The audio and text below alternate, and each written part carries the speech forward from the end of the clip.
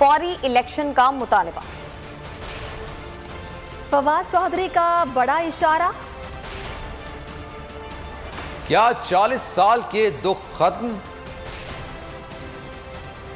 अशरफ गनी झूठा था। अफगानिस्तान तालिबान का। काबुल एयरपोर्ट पर क्या सलामत? वैक्सीन अब छोटों के लिए। और कीवीज ने हां कर दी। ये सब आपको बताएंगे, लेकिन सबसे पहले खबर देंगे अफगानिस्तान से, जहां पर नई हुकूमत के अरकान के मुमकिना नाम सामने आ गए। तालिबान की सुप्रीम काउंसिल का अहम इजलास हुआ। अफगानिस्तान में अबूरी हुकूमत का बाकायदा ऐलान आइंदा 2 रोज में मुतवक्के। हुकूमती अरकान के मुमकिना नाम सामने आ गए। मुल्ला बरादर को रईस शूरा की जिम्मेदारी, मुल्ला याकूब को वज़ीर दिफा, सिराजुद्दीन हक्कानी को वज़ीर दाखिला और ज़बीउल्लाह मुजाहिद को वज़ीर इत्तलात बनाए जाने का इम्कान है। मुल्ला अमीर खान मुत्तकी को वज़ारत खारजा का कलमदान देने का फैसला कर लिया गया है। 20 साल की अमरीकी जंगजोई इख्तिताम को पहुंची। अमरीका ने अफगान सरजमीन बिलाखिर खाली कर दी। आखिरी फौजी भी काबुल से निकल गया। काबुल एयरपोर्ट पर खुदकुश हमले के बाद अमरीका और इत्तेहादियों ने एक रोज पहले ही अफगानिस्तान खाली कर दिया। तालिबान ने काबुल एयरपोर्ट का इंतजाम संभाल लिया। अमरीकी फौज ने जाते जाते काबुल एयरपोर्ट पर मौजूद अस्करी साजो सामान को नाकारा बना दिया। सुपर पावर का गुरूर खाक में मिल गया। 20 साल बाद शिकस्त खाकर अमरीका घर लौट गया। तालिबान एक बार फिर फातेह की हैसियत से काबुल में दाखिल हो गए। कामयाबी पर तालिबान सजदे में गिर गए। काबुल समेत पूरे मुल्क में खुशी की लहर दौड़ गई। गलियों और सड़कों पर जश्न का समा। काबुल की फजा फायरिंग से गूंज उठी। तालिबान के फौजी काफिलों ने शहर शहर मार्च किया। वज़ीर इत्तलात फवाद चौधरी ने पाकिस्तान में अमरीकी फौजियों की मौजूदगी की तस्दीक कर दी। काबीना इजलास के बाद मीडिया ब्रीफिंग में फवाद चौधरी ने कहा कि नेटो के 10,302 लोग पाकिस्तान आए थे। 155 अमरीकी भी पाकिस्तान पहुंचे थे, जिसमें से 42 अब यहाँ मौजूद हैं, जो जल्द चले जाएंगे। फवाद चौधरी ने कहा कि अफगानिस्तान में हुकूमत साजी अफगान अवाम का हक है। अफगान अवाम को हर मुमकिन रिलीफ देंगे। उम्मीद है कि उनके दुख कम होंगे। दुआ गो हैं अफगानिस्तान में अमन व इस्तेहकाम का सूरज तुलू हो। Army chief general Qamar Javed Bajwa से चीनी सफीर ने मुलाकात की।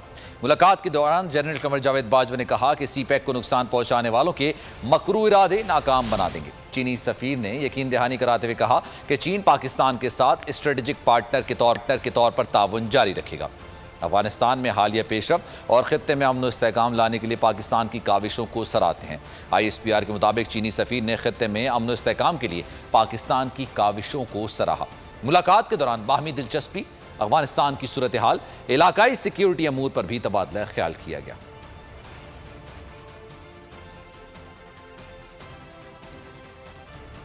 चेयरमैन पीपल्स पार्टी बिलावल भुट्टो कहते हैं इस्तीफों के बगैर PDM का लॉन्ग मार्च बनता नहीं। अब लॉन्ग मार्च का ऐलान किया, इस्तीफे भी दें, क्योंकि पहले PDM के दोस्त बज़द थे कि लॉन्ग मार्च इस्तीफों के बगैर होना ही नहीं चाहिए। कश्मीर में गुफ्तगू में बिलावल ने कहा कि हमारे कुछ दोस्त ज़िमनी और सैनिक इलेक्शन में हिस्सा न लेने पर भी बाज़िद थे, लेकिन फिर अपोजिशन ने हिस्सा लिया तो उनको कामयाबी मिली। उनका कहना था कि अपोजिशन संजीदा है तो पहले बुज़दार और फिर इमरान खान के खिलाफ तहरीक अदम एतमाद लाए। अवाम ने नून लीग के बाद खान साहब की कारकर्दगी भी देख ली है। PDM की तहरीक तो काफ़ी पहले शुरू हुआ था, इसके लॉन्ग मार्च का ऐलान तो पहले भी हुआ था। तब हमारा दोस्तों ने कहा था, ऐन वक्त में कैंसिल करके कह दिया था कि इस्तीफों के बगैर तो लॉन्ग मार्च बनता नहीं है। तो अब अगर वो लॉन्ग मार्च ऐलान कर रहे हैं तो उम्मीद है वो जल्द इस्तीफा दे के लॉन्ग मार्च पे निकलेंगे, वरना हर दूसरा हफ्ता लॉन्ग मार्च का ऐलान करना फिर जाना, वो तो सियासी नुकसान ऑपोजिशन को पहुंचाता है। अगर ऑपोजिशन सीरियस हो जाए और बुज़दार के खिलाफ अदम एतमाद लेकर आए, फिर इमरान के खिलाफ अदम एतमाद लेकर आए, तो हम इन सेलेक्टेड को हटा सकते हैं और जमहूरियत के बहाली की तरफ भर सकते हैं। हमारा मुतालबा ये कि जल्द अज जल्द साफ और शफाफ इलेक्शंस करवाया जाए। ये धांधली ज़दा हुकूमत जिसको हम पे मुसल्लत किया है, ये बोझ पाकिस्तान के अवाम को उठाना पड़ रहा है। इलेक्शन कमीशन ने इलेक्ट्रॉनिक वोटिंग मशीन पर अपने खदशात का इजहार कर दिया। मशीन बनाने वाली कंपनी ने इलेक्शन कमीशन अफसरान के खदशात दूर करने की यकीन दहानी करा दी। चीफ इलेक्शन कमिश्नर कहते हैं इंतखाबी अमल में टेक्नोलॉजी का इस्तेमाल होना चाहिए, ताहम टेक्नोलॉजी पर तमाम स्टेक होल्डर्स और अवाम का एतमाद जरूरी है। इलेक्शन कमीशन के इलेक्ट्रॉनिक वोटिंग मशीन पर खदशात ताहाल बरकरार। चीफ इलेक्शन कमिश्नर की जेर सदारत कंटोनमेंट इंतखाबात पर अहम इजलास हुआ।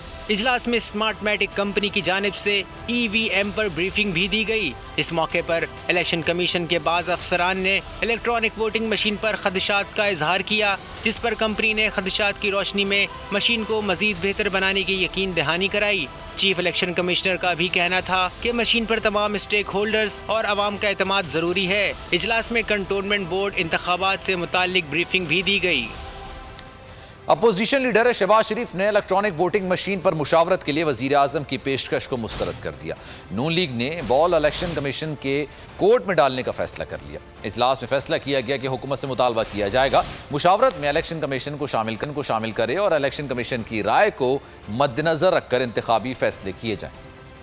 अपोजिशन लीडर शहबाज शरीफ का बड़ा फैसला, इलेक्ट्रॉनिक वोटिंग मशीन पर मुशावरत के लिए वजीर आजम की पेशकश मुस्तरद। लाहौर में नून लीग का अहम मुशावरती इजलास हुआ। इजलास में फैसला किया गया कि नून लीग इलेक्ट्रॉनिक वोटिंग मशीन पर इलेक्शन कमीशन की राय को अहमियत देगी। इजलास में फैसला किया गया कि इस बात पर जोर दिया जाएगा कि हुकूमत इलेक्शन कमीशन को मुशावरत में शामिल करे और इलेक्शन कमीशन की राय को मद्देनजर रखकर फैसले किए जाएं। नून लीग का कहना था कि इलेक्शन कमीशन के इत्मीनान के बाद ही नून लीग हुकूमत से मुशावरत के लिए अपने अरकान के नामों का ऐलान करेगी।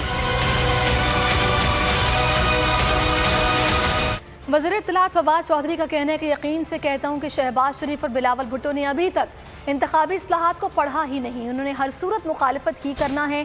अपोजिशन के पास तजावीज़ हैं तो सामने ले आएँ। अगर अदालत शहबाज शरीफ से मुतालिक केस को रोज़ाना सुने तो वो जेल में होंगे। वफाकी काबीना इजलास के बाद फैसलों से मुतालिक उन्होंने बताया कि वज़ीर आज़म ने मुतल्लिका हुकाम को LPG की कीमत नीचे लाने की हिदायत की है। काबीना कमेटी बराए CPAC के फैसलों की तौसीक कर दी गई है।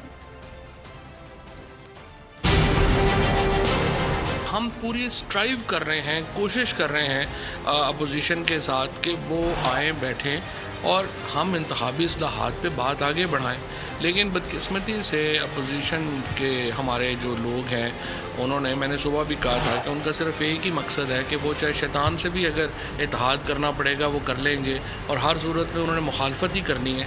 और अभी तक शहबाज शरीफ साहब ने, बिलावल साहब ने और बाकी जो अपोजिशन है उन्होंने इंतखाबी इस्लाहात को पढ़ने की भी ज़हमत नहीं की। इसके अलावा जो वैक्सीन की जो इस वक्त लगाने की शरह है, कल तकरीबन 14 लाख लोगों को वो लगाई गई। हम पूरी कोशिश कर रहे हैं कि पाकिस्तान को बरतानिया इस रेड लिस्ट से जो है वो निकाला जा सके। जो काबीना का इजलास हुआ है उसमें डॉक्टर इशरत हुसैन साहब की खदमात पर उनको खराज तहसीन पेश किया गया है। वो ज़ाती वजूहात की बिना पर डॉक्टर इशरत साहब जो हैं वो मज़ीद काम जारी नहीं रखना चाहते।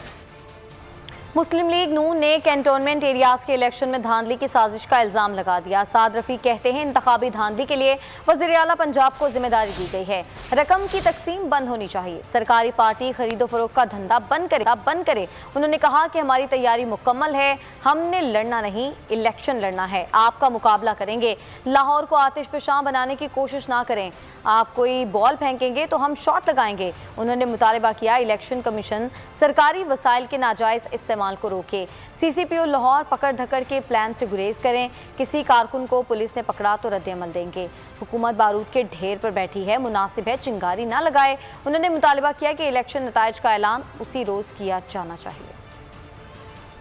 एरिया में इलेक्शन कैंपेन चल रही थी हर पार्टी की, लेकिन हमें शवाहिद मिले हैं और मुसद्दका ज़राए से इतलात मिली हैं कि मरकज़ी हुकूमत ने वज़ीर आज़म साहब के अंडर इंस्ट्रक्शन इस इलेक्शन को ख़ास तौर पे लाहौर कैंट, वाल्टन कैंट, गुजरांवाला कैंट, यहाँ पे उन्होंने इसको रिग करने का प्रोग्राम बनाया। इस ज़मीन में हमारी इतला के मुताबिक वज़ीर आला पंजाब को ख़ास तौर पर मुतहर्रिक किया गया। मुझे अफसोस से कहना पड़ता है कि इस मकसद के लिए गवर्नर हाउस को भी इस्तेमाल किया गया है। प्री पोल रिगिंग हो, ड्यूरिंग पोल रिगिंग हो या पोस्ट पोल रिगिंग हो, ये सारा कुछ हम देख चुके हैं और भोग चुके हैं। सो हमने भी सिक्योरिटी लेयर्स अपनी बनाई हुई है। हमें मजबूर ना किया जाए, अगर हमारे किसी कारकुन को पुलिस ने पकड़ा उसी वक्त रद्द अमल हो, तो पहले ही हुकूमत बारूद के ढेर पे बैठी हुई है, मुनासिब ही होगा कि वो उसको इस बारूद के ढेर को चिंगारी न दिखाएं। तो अगर आप हमें मौका देना चाहते हैं तो ठीक है, आप अगर इस तरह की बॉल फेंकेंगे हम शॉट लगाएंगे उसको। बेहतर ये होगा कि इसको पीसफुली होने दिया जाए, पैसे बांटने बंद किए जाएं। इलेक्शन कमीशन ऑफ पाकिस्तान जहाँ जहाँ सरकारी वसाइल का नाजायज इस्तेमाल हो रहा है उसको रोके, और ये जो सरकारी अदारों को मिसयूज किया जा रहा है इसको बंद किया जाए। सब्सक्राइब करें और बेल दबाएं ताकि कोई खबर रह न जाए।